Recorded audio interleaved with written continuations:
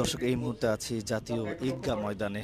আপনারা দেখতে পাচ্ছেন এখানে ইতিমধ্যেই ডগ স্কোয়াড টিম যারা রয়েছে তারা কিন্তু এখানে খুব কঠোর অবস্থানে রয়েছেন। জাতীয় ঈদগাহ ময়দানে কেউ যেন দুর্ঘটনা ঘটাতে না পারে বা কেউ যেন বিশৃঙ্খলা করতে না পারে বা কেউ যদি বোম নিয়ে আসে তো এখানে যেন কেউ সমস্যা করতে না পারে। আজকে থেকেই কিন্তু আজকে ঈদের যে পবিত্র ঈদ উল ফিতর নামাজকে সামনে রেখেই মূলত জাতীয় ঈদগাহ ময়দানে এই ডগ স্কোয়াড টিম কিন্তু এখানে প্রস্তুত রয়েছেন। আমরা আপনাদেরকে গ্লোবাল টেলিভিশন ফেসবুক পেজে সরাসরি দেখানোর চেষ্টা করছি। জাতীয় ঈদগাহ ময়দানের প্রত্যেকটি জায়গায় প্রত্যেকটি গেটে কিন্তু আমরা দেখেছি ডগ স্কোয়াড টিম কিন্তু রয়েছেন এবং এখানে কঠোর থেকে কঠোর নিরাপত্তায় নিয়োজিত রয়েছেন আইন শৃঙ্খলা রক্ষাকারী বাহিনী, অর্থাৎ পুলিশ, র্যাব, সেনাবাহিনী, বিভিন্ন বাহিনীর সদস্যরা কিন্তু এই জাতীয় ঈদগাহ ময়দানে খুব কঠোর অবস্থানে রয়েছেন। দেখতে পাচ্ছেন এখানে ডগ স্কোয়াড যে টিম যারা রয়েছেন তারা কিন্তু এখানে খুব কঠোর অবস্থানে রয়েছেন। আমরা একটু পিছনে দেখাবো আপনাদেরকে।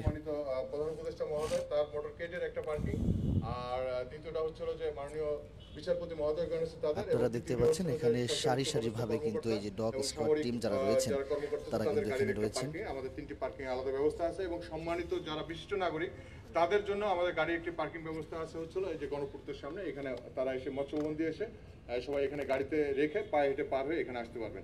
এটি যে এই জাতীয় ঈদগাহকে কেন্দ্র করে এছাড়াও আমাদের ট্রাফিকের পক্ষ থেকে আপনারা জানেন যে পুরাতন বাণিজ্য মেলা একটি নতুন একটি ঈদগাহ জাতীয় ঈদগাহ ময়দানে পবিত্র ঈদ উল ফিতরের নামাজ আদায় করবেন। 3টি পার্কিং এর ব্যবস্থা ঘিরে জাতীয় ঈদগাহ ময়দানে ওখানে অবশ্য কোনো ডাইভারশন নাই, ওখানে নিরাপত্তা সব বাড়ানো খোলা আছে, হয়েছে। কোনো ব্লক নাই, কিন্তু আমাদের ট্রাফিক ব্যবস্থাপনা আছে।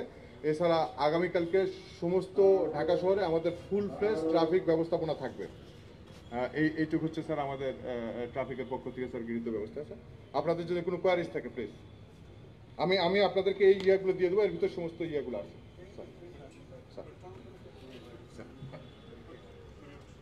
দর্শক, আমরা আপনাদেরকে এই জাতীয় ঈদগাহ ময়দানের যে একদম প্রধান ফটক বা একদম প্রবেশ পথটি রয়েছে ওখানকার অবস্থা আপনাদেরকে গ্লোবাল টেলিভিশন ফেসবুক পেজে সরাসরি দেখানোর চেষ্টা করবো। আমাদের সাথে থাকবে।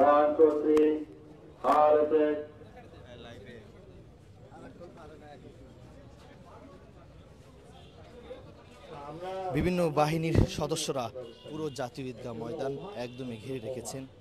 এখানে কেউ যেন বিশৃঙ্খলা সৃষ্টি করতে না পারে তার জন্য কিন্তু আজকে থেকেই মূলত জাতীয় ঈদগাহ ময়দানে নিরাপত্তায় নিয়োজিত থাকবে বিভিন্ন বাহিনীর সদস্যরা। আমরা একটু বাহিরের দৃশ্যটি দেখানোর চেষ্টা করব আপনাদেরকে।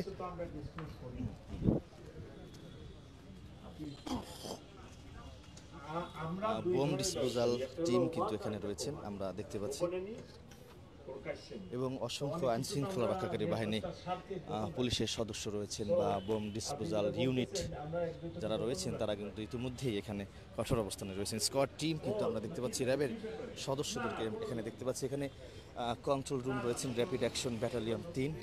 অর্থাৎ আমরা একটু বাইরে যাব, বাইরের কিছুক্ষণের মধ্যেই স্বরাষ্ট্র উপদেষ্টা তিনি এখানে আসবেন, জাতীয় ঈদগাহ ময়দান পরিদর্শন করবেন। পরিদর্শন শেষে সাংবাদিকদের সঙ্গে কথা বলবেন এমনটি কিন্তু জানা গেছেন।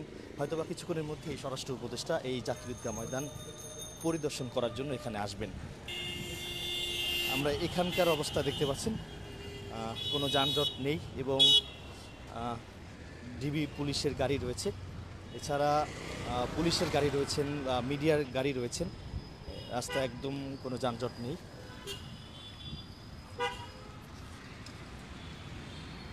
তো দর্শক, এই ছিল সর্বশেষ। জাতীয় ঈদগাহ ময়দানে নিরাপত্তা বাড়ানো হয়েছে এবং এখানে স্কোয়াড টিম এসেছেন বা বোম ডিসপোজাল যে ইউনিট তারা কিন্তু এখানে এসেছেন, র্যাবের সদস্যরা এসেছেন। অর্থাৎ পুরো জাতীয় ঈদগাহ ময়দানে নিরাপত্তা বাড়ানো হয়েছে। এখানে যেন কেউ বিশৃঙ্খলা সৃষ্টি করতে না পারে তার জন্য কিন্তু এই আইন শৃঙ্খলা রক্ষাকারী বাহিনী যারা রয়েছেন তারা কিন্তু নিরাপত্তা দিচ্ছেন।